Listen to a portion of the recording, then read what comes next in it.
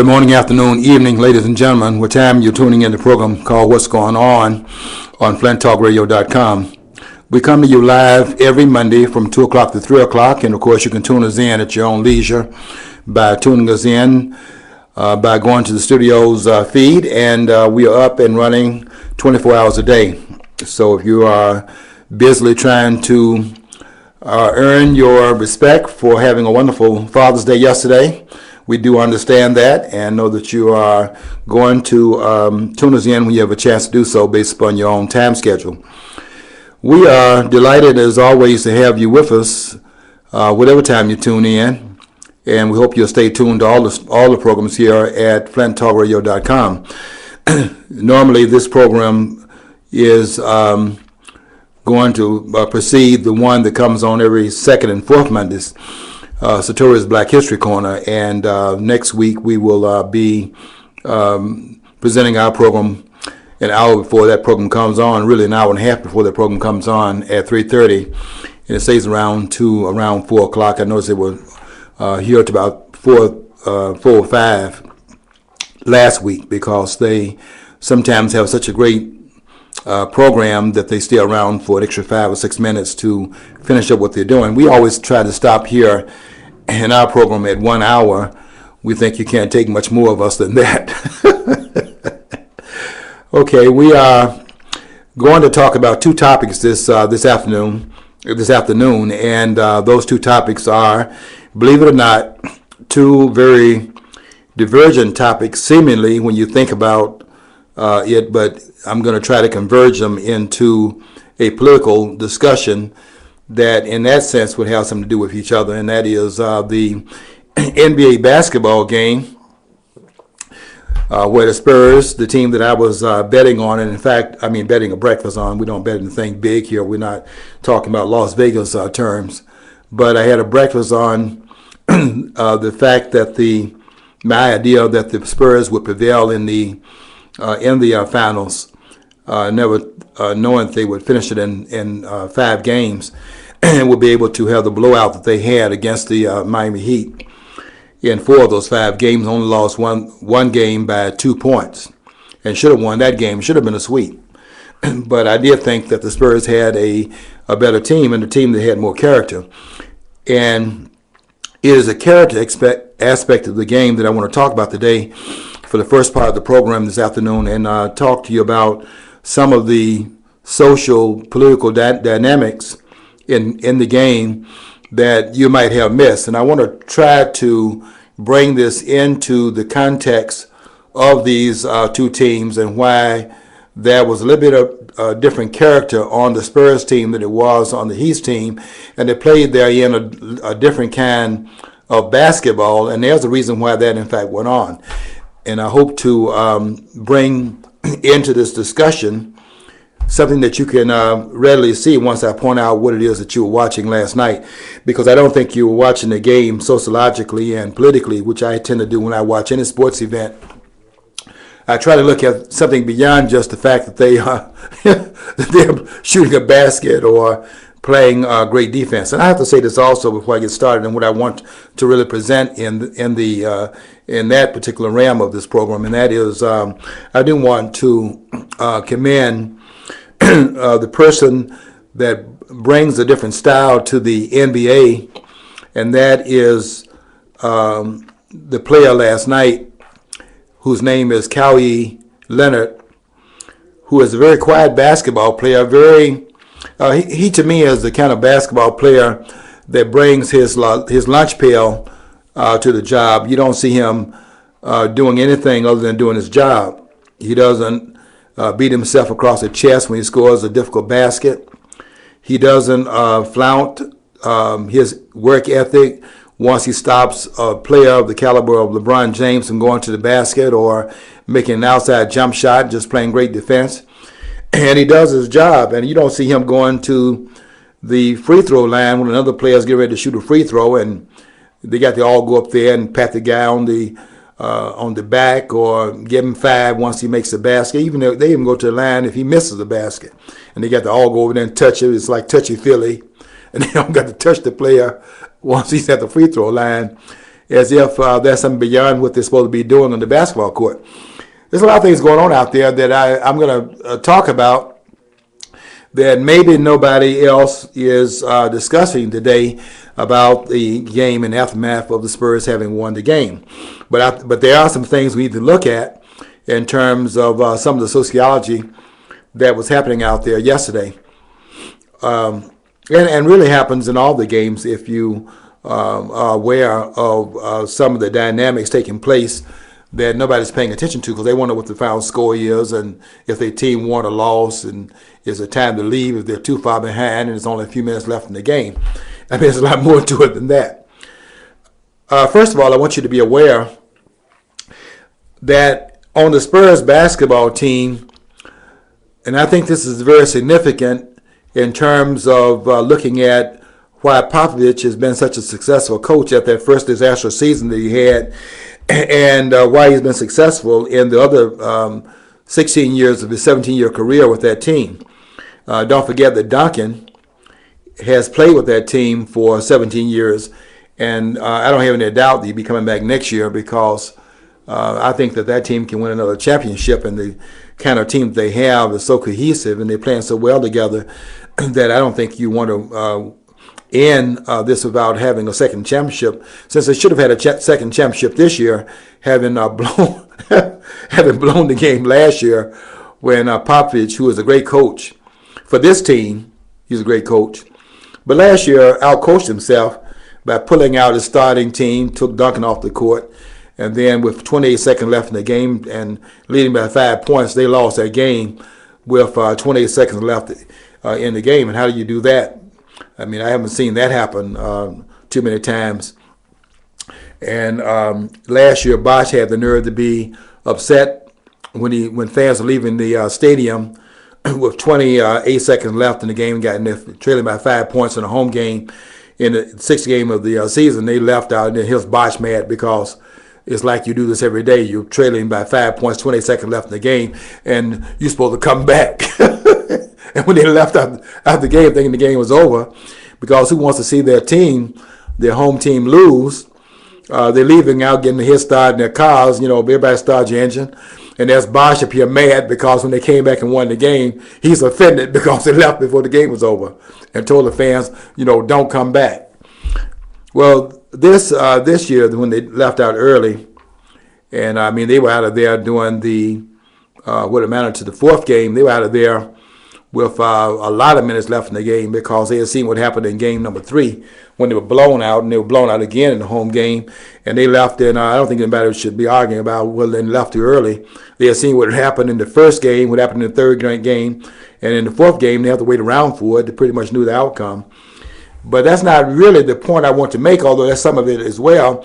I want to look at the team, the character of the team, of the Spurs. Now, I want you to notice something in that team in terms of the makeup of the team and therefore the chemistry of the team, and something to do with the character of the team as well, and look at the fact that was an international ball club that they had with that Popovich was in fact coaching. You take the player who plays center, Tim Duncan. Duncan is from the Virgin Islands, and I think that's significant. You build your team around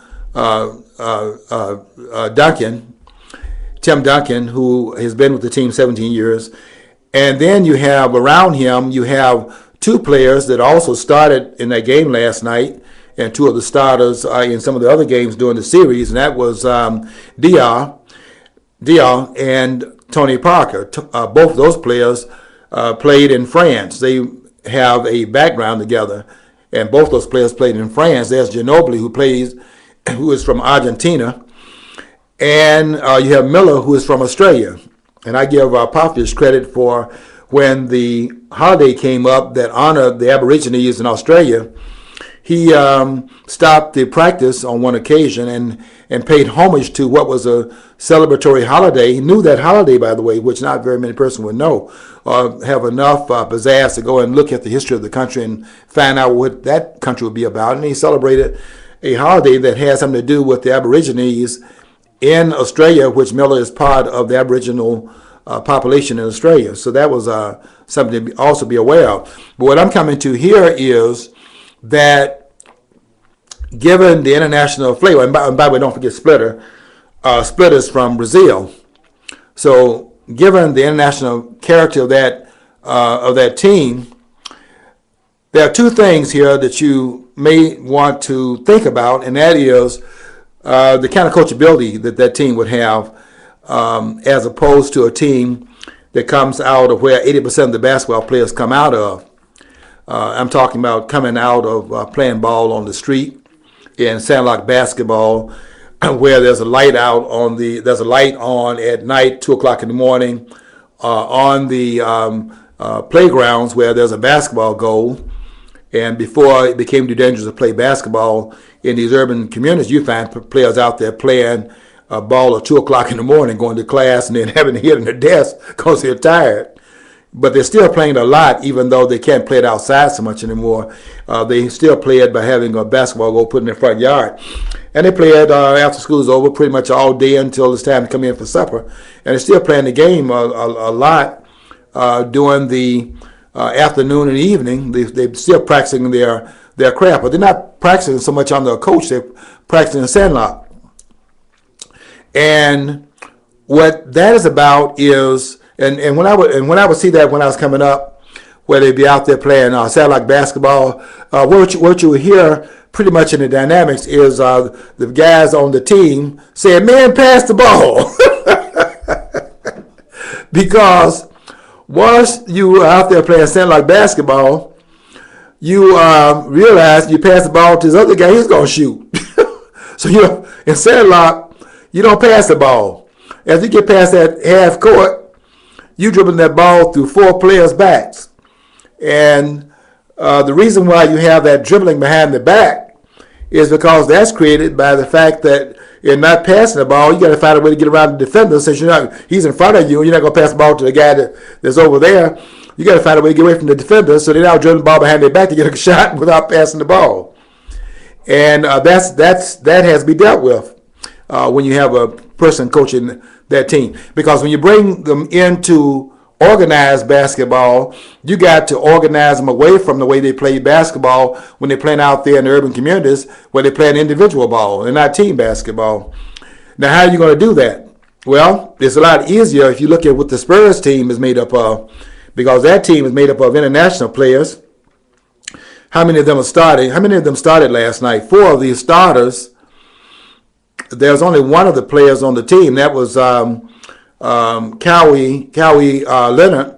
There's only one of those players really born in the United States. The rest of the starters were international. Let me see. Diaw started. Tony Parker started. Duncan started. Let's see. Who else was out there? Leonard was out there. And they had one other starter out there. And let's see. So in other words, I think Leonard was the only one that was from the United States. I think the rest of them, certainly 3 of them at least, were from outside the country. And those players having a different kind of background in playing basketball in other countries, those players, by the way, are made for a coach like Popovich. Because Popovich is the kind of coach that has to have the respect of his players and those who are malleable and willing to listen to him, and were able to be molded into playing team ball. Those guys were doing that series, passing that ball around. I mean, it was just like clinic those guys were running with passing that ball. That ball was not sticking to anybody's hands. And I would like to see Westbrook. I hope you watch that series, Westbrook, if you're out there, because Westbrook is from the Sandlot ball in the urban community. If that ball touches Westbrook's hands, I can tell you right now, Westbrook is shooting.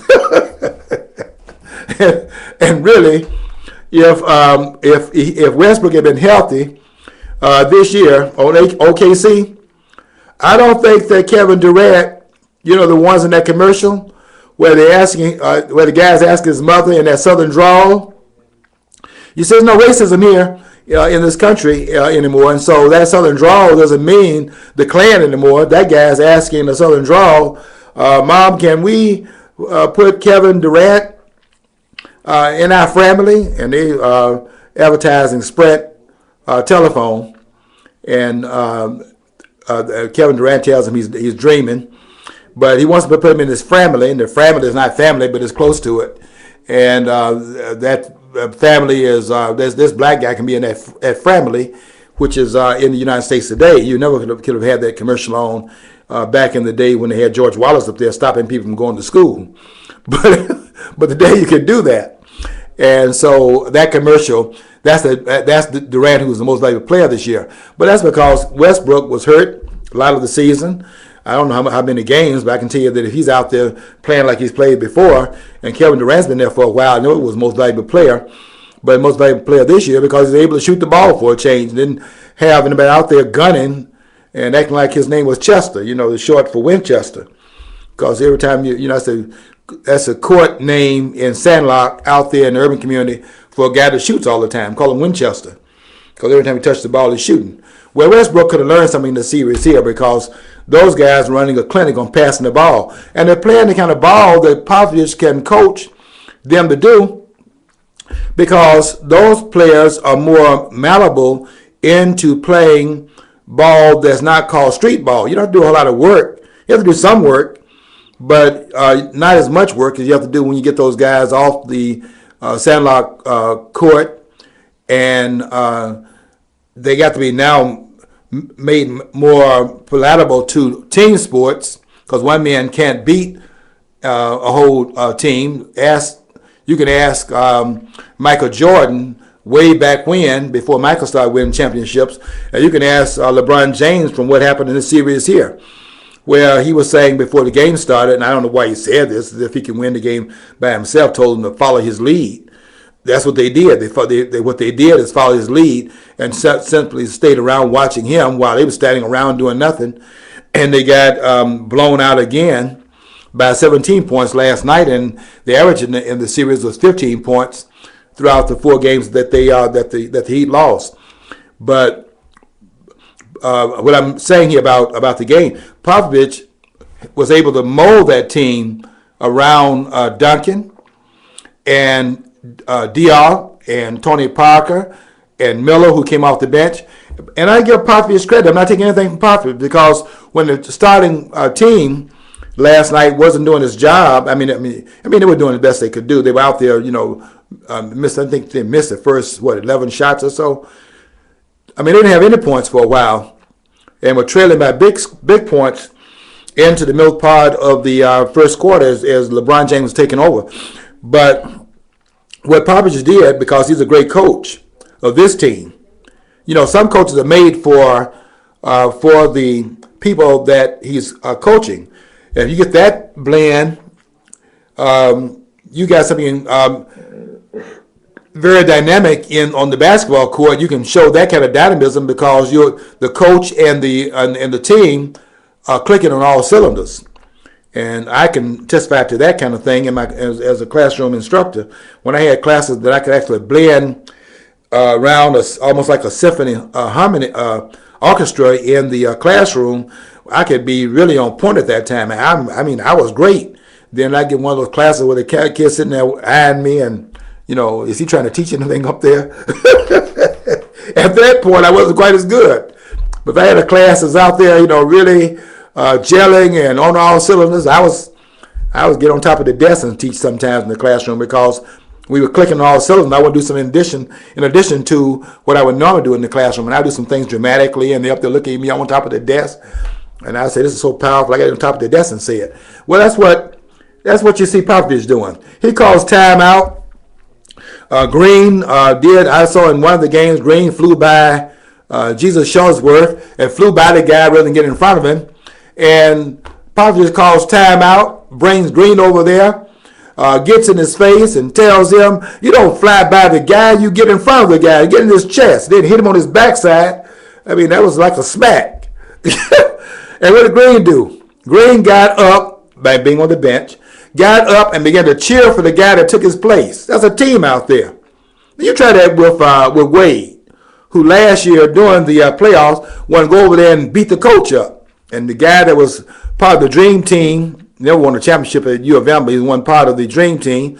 Was over there now as a coach, and he had to get between Wade and Spoelstra to keep them from having a confrontation because Wade wanted to go ahead and try to smack his coach because he didn't like something the coach had said and didn't like what he had done in terms of how he put the lineup together. You saw LeBron on a couple of occasions going off the court, storming off the court, bumping into the coach. You know, I mean, it wasn't racial. Look, he did when he was in Cleveland. Go off and act like he's going to the bench and bump the coach. Some of that sociology there. They don't do Popovich that way because Popovich is coaching a different type of player coming from different parts of the basketball world and not all from the urban community, and it plays out differently there. And all those guys see them discipline Duncan, and they're willing to submerge their egos because if you're treating Duncan that way, then what are they complaining about? And then they got this quiet guy on there, who I just love to see this guy playing basketball because this guy shows up for work. This guy brings his lunch pail to the basketball game and does his job. I don't know why people are high-fiving or mugging once they make a shot. That's your job out there. And then when they go to the free throw line, they got to all go over there and give the man some dap. I mean, because they changed the game. But what I'm getting at is this. Now, see, you didn't see this last night, so I'm gonna help you see it. So how did Popovich mold this team into being a championship team? And they really should have had two championships in the last 2 years. They got one championship out of the two and made a faux pas in terms of the last 28 seconds of the game of the sixth game last year. But let me help you see something here. How did not only Popovich mold this team into a championship team, but how did the league deal with basketball players that are now playing street ball that are now making up 80% of the game? You know, 80% of the basketball game. What did they do to accommodate this different style of basketball and change it from it being individual ball to where it is, in fact, a team sport? Well, it did something they didn't do during Bob Cousy's day. You know, during Bob Cousy's day, you didn't have, as I said in a post I did today on this, you didn't have double-double, you didn't have triple-double, and you didn't have double Dutch. I made that one up because double Dutch didn't have anything to do with basketball. It has to do with, you know, when I was coming up to my neighborhood, we had one guy had a car and we go out on a double date. You know, we had paid for the gas. We couldn't afford the movie ticket and the popcorn. So double Dutch was the girl that you took out and you ride in the back seat, the guy on the car riding with his girlfriend in the front seat and going to the movie. When we got to the movie house, you did double Dutch, and that was she paid for her popcorn, the guy riding in the front seat, my girlfriend paid for her popcorn, and bought a ticket. Maybe that's why I didn't have too many girlfriends when I was coming up. But double-double in basketball and triple-double didn't exist. So why does it exist right now? It exists because the way you actually have to bring them out of that one-on-one basketball is that you got to give them some credit for passing the ball. On the basketball court, I want you to notice when those guys, when that guy passed that ball, like take Cowie Leonard last night. That one guy lobbed that ball. I think this was Diop that lobbed that ball all the way over the defenders to Leonard cutting into the basket, caught the ball in midair, and dunked that basketball. Now, Leonard not the kind of guy that's demonstrative out there, but what they normally do when that happens, they point to the guy who passed that ball. That's like saying, thank you. Now, if he doesn't do that, before you had double-double and triple-double, I can tell you what would happen in the next play. If you didn't point that guy out, that guy ain't passing that ball next time. He's shooting from way out there at the half-court line. He ain't passing that ball, and he helped you make that basket. You didn't even acknowledge the role he played in it. The league now is accommodating and encouraging them to pass the ball, so it creates some new statistics. They didn't exist during Bob Cousy's day. Because Bob Cousy didn't dribble that ball behind his back. And when somebody was in front of him, he had to pass that ball. Particularly when they didn't have a jump shot. The shot was raise your foot and shoot the ball. Or on 1 foot, turn and put a hook shot on him without getting off the floor. Those shots had not been created yet. And they weren't dribbling behind their back. Well, to encourage these new players to pass the ball, you got to create some new statistics. And now they have the double-double, and that means that you got 10 rebounds at a minimum, and you hit at least 10 points. That's a double-double. Or a triple-double, where you did 10 assists, 10 rebounds, and hit at least 10 points. 10, 10, 10. That matches the president's 10-10, which is the president's trying to sell us 10-10 in terms of, that's a double-double in politics. The president stole it from basketball. That's where he got it from. If he didn't get it from Herman Cain. Okay, that's the politics of the president. No ideas. All right. The triple-double comes out of that sociology. The game has been changed. And because it's been changed, then you are now giving credit for things that weren't credited previous to that. And all that was wound into that victory last night where they won the game 94-117, where they won the game, I think it was,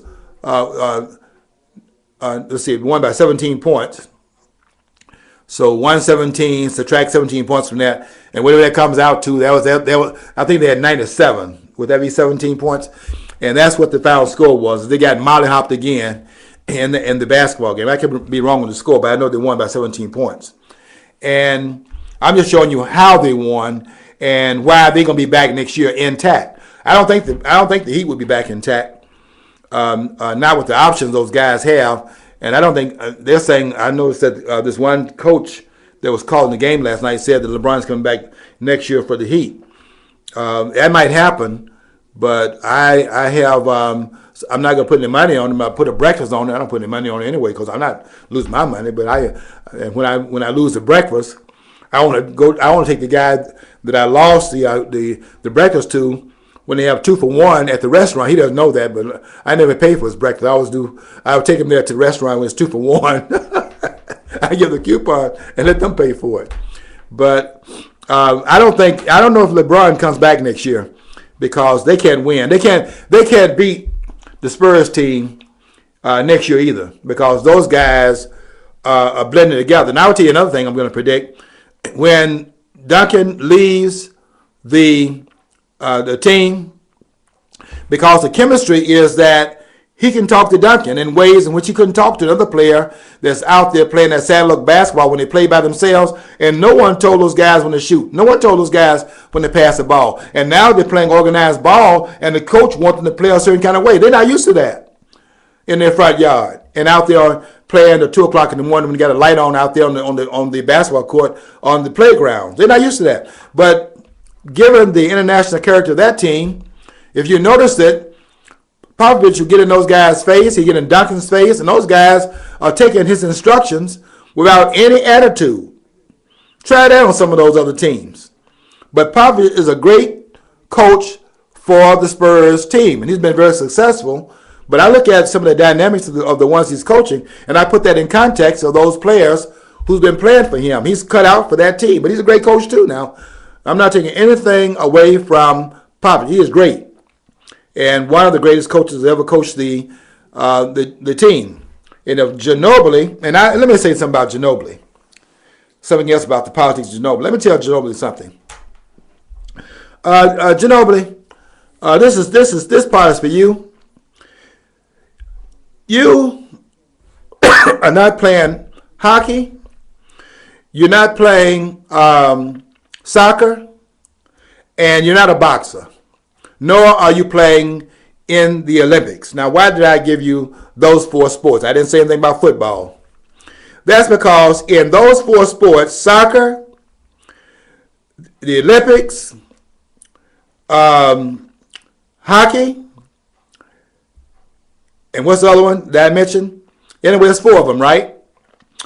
And each of those sports, you're representing a country. When you play in the Olympics, you're running for your country. If you look in soccer, those guys are kicking that ball because Brazil got a team, the United States got a team, and all those teams represent a flag because they're coming from different nations and they're representing that nation. But in basketball, it's a little bit different. If you notice it, all the games are played in the United States. All the money they make is paid for in United States currency. And so what I want to tell Ginobili is that when you go to the press conference, I am not buying that you got to wrap yourself in the flag from Argentina. I ain't going to tell you this no more. If you get American currency, all the games played in America, and every team is an American team, and there are 30 of y'all out there on different teams playing basketball, ain't none of them playing Argentina. I don't want to see no Argentina flag out there. You wrap yourself in the American flag or leave the flag out of it. That's my advice to you. Here's one other piece of advice. Stop playing basketball out of control. You're a good basketball player, but my goodness, you're flying out all over the place, no control over the body, just dribbling the ball over the place. You must have been watching these black players that from Argentina, watch these black players playing basketball at some of these colleges, maybe some of these sandlot teams, and learn how to play basketball by watching them, because you don't pass the ball that much yourself unless they got you in the band. You're up there dribbling between 5 players' legs and acting like you don't have any sense. But I'm really offended by 2 things I saw last night. That's one of them was that flag from another country rather than the American flag. If you don't wave the American flag and we paying your salary, they just leave all the flags out of it. And then there's a man out there that needs to talk to you named Adam Silver, who should have had the Italian flag out there, because that guy is Mussolini. And I was offended by him getting up there on the stage with a big grin on his face, acting like he hasn't done anything wrong. I mean, that's what that song say, I don't see nothing wrong. Well, he's up there taking a stand like he had done something positive, with all this confidence brimming from one ear to the ear, smiling, when he is banning a man from trying to ban a man. I don't think it's going to stick, because the man is fighting it and suing him in return. I wonder if he'd be smiling if he loses, which I hope he does lose, penalizing a man for having a private conversation with his girlfriend. And I don't know if he wants to know what the man said in some of his Viagra moments, some of his Hugh Hefner moments, where he was saying in his bedroom with his girlfriend, says you want to dip in his conversation with his girlfriend in private, when he was telling her who he wanted her to bring to the game and then wanted to come bring to the game. I mean, what does Silver got to do with that, or what does anybody got to do with that? He wasn't blocking any of the 25% of his Patreon who are black, because most black people stay at home and watch that stuff for free, and plus they can get the instant replay, which blacks enjoy, because sometimes we're not paying attention because we learn to tune out in the schools through attention deficit disorder. We've been trained to tune out some of that noise in front of the classroom, and so we are in and out watching the game, and we miss some stuff. And so when they play it over again, we're sitting there because we enjoy the replay, because we sing it many times for the first time. What happened? And so 25% of the patrons go to these basketball games. 25% of the patrons go to the Clippers basketball game. And Donald Sterling hasn't blocked a single one of them or told any of them not to bring any more blacks to his games. In fact, what he's done to some of the blacks that didn't pay for tickets, he's giving them tickets if they have a 501(c), because he can write that off of his tax by letting people that don't pay come into the game.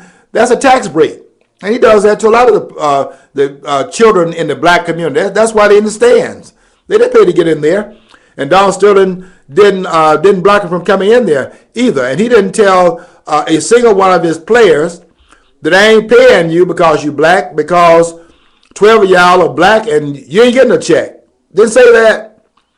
Had no problem giving that guy that plays a double in that commercial with I think it was Allstate, where they got I thought they were really twins, but my friends tell me that Avery is playing both roles, and the twins coming up the escalator as he's going down the escalator. Both of them, both the twin. I thought it was two. I thought they were twins. Both of them carrying a child. That was good, particularly on Father's Day. And the other twins coming up the escalator, they don't have children, but they come up the escalator and they're looking at each other. I thought there was twins in both cases. My friends tell me that it's a camera trick. But he's making $18 million as a Clipper. That's almost like the top salary in the NBA. And 12 of the 14 players on the Clippers team are black players, and not one of them has ever said that if the game is over, their check wasn't in the mail or wasn't paid to them at the end of the month by just simply handing a check in their hand. No, nobody made a claim the man didn't pay him. And Elgin Baylor worked for the man 23 years out of the 30-some years that Don Sterling has been the owner of the Clippers, and he never missed a check. And when they asked him, well, did he ever say anything to you during those 23 years that you were considered racial? And he said no, but one time he took me in the locker room with this lady reporter, and he was talking about how beautiful these black the players' bodies were. Those guys are cut. He had mostly black players, and he was looking at how chiseled they are and referring to it. And that's all he could think about. And that's the only racism he could think of in 23 years. Yet this man is a stone cold racist because he tells his girlfriend, I don't want you coming in the game with blacks because my friends are calling me and asking me, what's up with your lady? And he didn't want that noise. And so he didn't want, but he told her in private, do what you want to in private. I'm not against you being with blacks. I'm saying don't come up here bringing them to my game in public and having my friends who also own teams. I bet you some of them that called him up, I bet you some of those persons that called him up were some of these owners of the NBA that's playing against his team. I'm willing to bet that. And that's why Don Sterling has 4 of his investigators investigating and trying to find out some comments that they have made in private. I mean, people can report, okay, what did they say? And we're going to see how clean their hands are. See, if you're capable of having a commercial with Allstate, the clean hands people. if you pass the smell test, and I bet you a lot of those guys are trembling and shaking in their boots right now because if they vote, and they have to have the vote now because he's not walking away like they thought he would do it. If you're going to walk away, you won't have to go forward with forcing you out because you're going to leave voluntarily and take the $2 billion and walk with it, then that solves the problem. And Donald Sterling's wife, Shirley Sterling, has agreed not to sue Mussolini, Adam Silver, and now that's off the table. The $1 billion suit has been re-invoked, and he's now trying to find out who else has said something. And if they said something and it's made public and he doesn't take an action against them, then we got a problem, Houston. There's a problem here. In the politics of basketball. I know you don't think there's any politics in back of it. There's a lot of politics in back of basketball, both on the court and off the court. And we got to pay attention to some of the things that are going on in this case right here as to what happened last night. Because I didn't particularly enjoy Silver getting up there with that big grin in his face like he has not done anything to injure basketball with his overreach in terms of calling him in on the carpet for what he said in private to his girlfriend. What is this that you getting involved in a private conversation and penalizing somebody because they don't want their girlfriend associating because they are paying her rent and buying her cars and they don't have anything to say about how she presents herself in public? What is this? That we can't talk to our girlfriend in private because now we are fearful they may be taping our conversation. And I bet you most of you out there the holier than thou crowd, I bet you're very glad that your girlfriend hasn't taped some of the things that you said. Particularly you businessmen, some of you who have girlfriends down in places like Cuba or girlfriends in other parts of the world. Let them tape what you're saying when you go on vacation. Or, just some of your own girlfriends who haven't exposed your conversation. Not all these people are talking about how he denigrated Magic. I heard a lot of my friends on Facebook making the argument, and one of the guys even embarrassed himself by making the argument that if he had done that to somebody like Ludacris, the rap artist named Ludacris, who is Ludacris. I think it spells Ludacris with C-R-I-S at the end rather than C-R-O-U-S. Both of them apply. And I saw him over there when I was in Africa on the Voice of America. They have this guy, him and Janet Jackson, advertising Voice of America over there in Africa because they know they can't sell it through the Declaration of Independence, which we're not following over here, and the Constitution anymore. So they try to sell it through the rap artists and sell America through using these rap artists to get up there and say, okay, if you like us, because here's a rap music. But he said the guy said if it's Ludacris he had in fact didn't want his girlfriend coming to the game with, no problem. We could tolerate that. I mean, Ludacris, he's not a basketball player. I mean, what has he ever done for basketball? What has he done for us lately?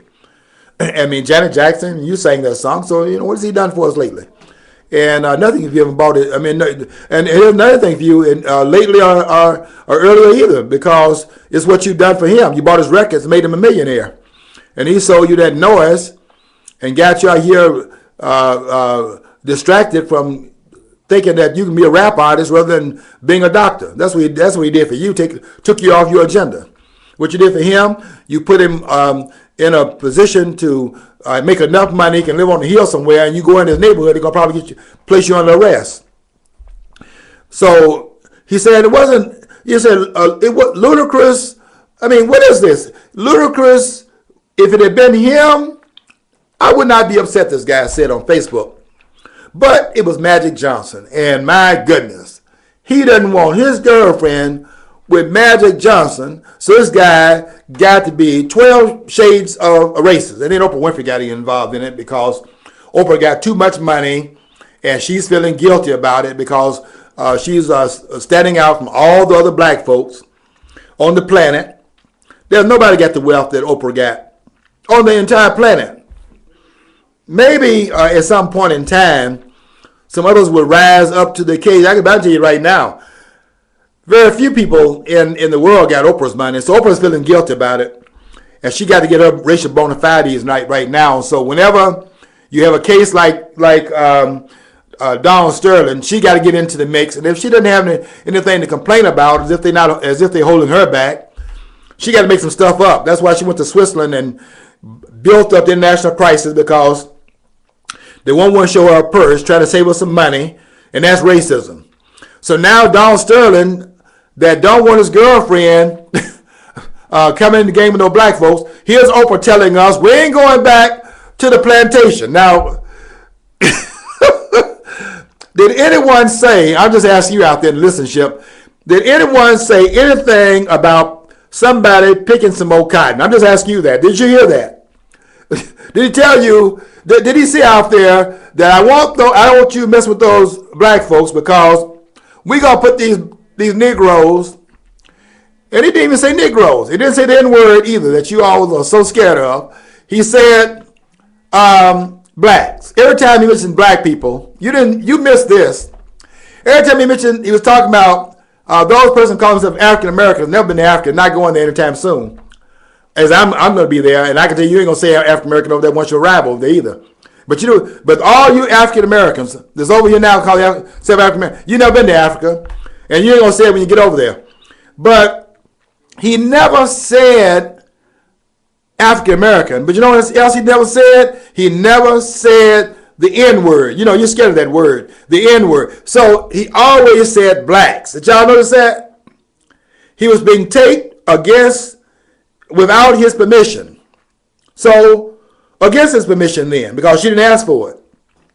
And if you don't ask me for my permission, then, and you do something that I didn't like, it's against my permission. Because if you asked me, I would have said no. But not knowing it's being taped, what's really riveting in that tape, which lasted 15 minutes, I assume there's some more to it, which you have not shared with us, Steriana. I wonder why. You got 30 hours of tapes, and you have not shared those tapes and hours with us either. I wonder why it hasn't been shared, and why TMZ is not interested in listening to it. I think I know, but we'll just keep it a secret, because we're not trying to put out all the baggage in one program. But Donald Sterling was very respectful in that tape, if you ask me, because he never said the N-word, which y'all didn't pay any attention to, because you're just trying to listen to some racism you can make up. But it ain't in there. And I have taken my time, which nobody appreciates. I went into the tape and pulled out all the comments he made, and then got her voice out of it and just printed what he said and let you just see where the racism is. It's being imported because there are two conversations going on, and there's Donald Sterling's comment, and there's also Steriana imposing her view about what it is he's talking about, and that's where y'all got confused. All right, that's the part about Donald Sterling and about the San Antonio Spurs and all that. That's a sociology and politics of the game that all of you missed, because all you were looking at is the final score. And of course I was looking at the final score too, because hallelujah, I don't owe anybody any breakfast because we broke even. I did lose on the second game. I lost that, but I got even in terms of betting on the series. And then if I had lost that, I would have two breakfasts, then which means I got to get two coupons. Because my friend doesn't know that when I lose, I take him to the restaurant where they get the coupons, and the store ends up paying. But I won't tell him that because he loves beating me and making me pay out of my pocket. If he knew I was getting it free, he would bet me a third breakfast, because he likes to see me paying. Okay, I got to talk a little bit before I get off the air, because I brought a book here, and I brought the Constitution here. I got to say something about the other topic, and that is, boy, America, are you waking up or what? I have to tell you how proud I am of the American voters in Virginia. I mean, you all made my day. I think I was happier last Tuesday night than I was last night. I think Tuesday trumped Thursday. Is that when Cantor got voted out? That was Cantor. Yes, I know some people are like dismayed, or like saying he was one of the Jewish people who was in power. I went, it's this great loss. And went, they're overly represented, if anything, in the House and Senate. Yeah, they are. I mean, 12% of them are Jewish in that. Yeah, I was. About that. I'll tell you why I was in a state of euphoria. I mean, that's that song again. I don't see nothing wrong. I'm going to sing that song before I get off the air. I was so elated. I could not believe the reports that were coming in. I was paying attention as it was going into late at night. The votes didn't change. And by 55 to 45% total, this man defeated and did something. The man that defeated him did something that had never been done before. We had never seen where this is in the House. So the majority floor leader in the House of Representatives, the person right in back of, and please forgive me for mentioning his name on the air, but John Boehner, the guy in Ohio, I hope he goes out of there. But in Virginia, we had the majority leader of the House, which is the second most powerful position in the House, right behind the Speaker, who is John Boehner. And if you know they're both Republicans, you know then that the Republican Party is the majority in the House Representative, and that's why they have majority. That's what they call them, majority. They call the Speaker of the House because they have majority. Then they have the majority leader in the House. That's because they have majority, and they call the other person majority whip. whose job is to whip the majority members in line. And they got minority whip also whips the minority person in line, make sure they vote in the party line. And they had never done this before, where since 1899, I think it was, when they first of all created the position of the majority leader, they never had that position before 1899 and at the end of the 19th century. And to have that person defeated, we had never had that happen in the history of the Republican Party, certainly, and that was a first. And it was a wonderful victory on the part of the American people. Now, the reason I brought the Constitution to the studio today is because I want to read the 14th Amendment, the first part of it. Because the reason why I'm offended by people like Cantor, who they can't figure out why he lost, but to some extent, and I don't know why they running around like they can't understand it. The American people are upset with all of y'all up there. Your poll numbers show it. They just haven't targeted you individually. But when they wake up to find out that when you are talking about Congress, you got to talk about not just the institution, but its individual members. And that means every last one of the 534 others is up there that are doing what Cantor was doing, which is in fact disregarding the popular will of the American people. That ain't just Cantor, that's everybody's up there. But, you're waking up, so we have to, just keep it going. And we'll get there.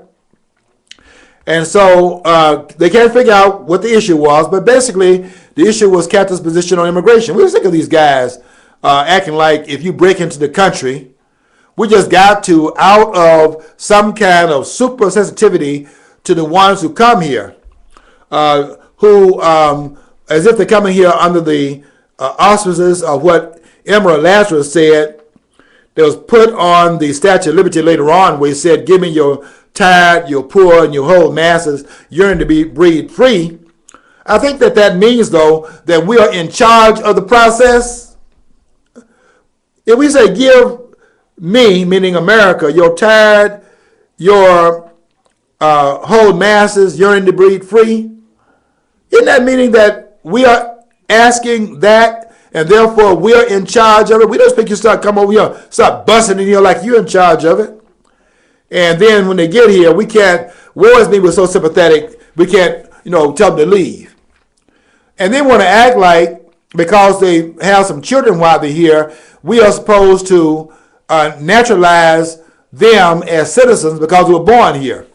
And they're using the 14th Amendment to say that that's what is the basis of them able to do that.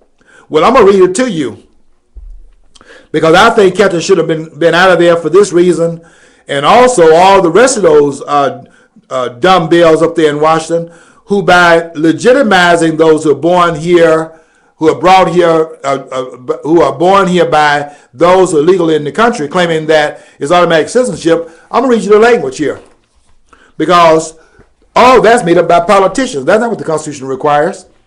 And I'm going to show you that's true by reading you the language. And I got it right here in front of me. And this is you may not have heard of this document. I don't think they heard of it in Washington. It's called the United States. Has anybody heard of this document? It's called the United States Constitution. How many people you think in Washington, I know they've heard of it, I'm sure they've heard of it because they put their hand on the Bible, or now, the Quran. Put their hand on the Quran, and we know we know what that hand on the Quran means. It means that we know what that means. We know that means that they believe in Sharia law and not the Constitution, no matter what they say with the hand there. And those on the hand of the Bible, they're not much better off, because they're saying what they're saying, and they don't mean it either. Both groups are lying. That take an oath of you pledge allegiance to the country and the Constitution, all of that, and that's what they're saying. All of them take that oath of office. I'll be listening to these guys on the 3rd of January when they are reinaugurated into office. After this election's over in November, we're throwing a lot of y'all out of there. We're going to follow the lead of Virginia and throw a lot more out of there. Well, when we do that, I'm gonna wait until the next batch go in there, and they put their hand on the Bible or the Quran, and they promise to not violate the Constitution. I'm gonna be watching their lips. I'm gonna be reading your lips to see if you're gonna carry this out. Because an article in Amendment 14, it says this. It says, all persons born or naturalized in the United States and subject to the jurisdiction thereof are citizens of the United States and of the states they reside. Okay, now let me read it without that "and" part in there, without that conjunction. You know, a conjunction is in addition to. It means that what has been stated prior to that is not sufficient for the idea to be completed. That's what it means. That's what a conjunction is. And but. You got it? That's in English class. And Mrs. Reed, thank you. You taught me that in 12th grade.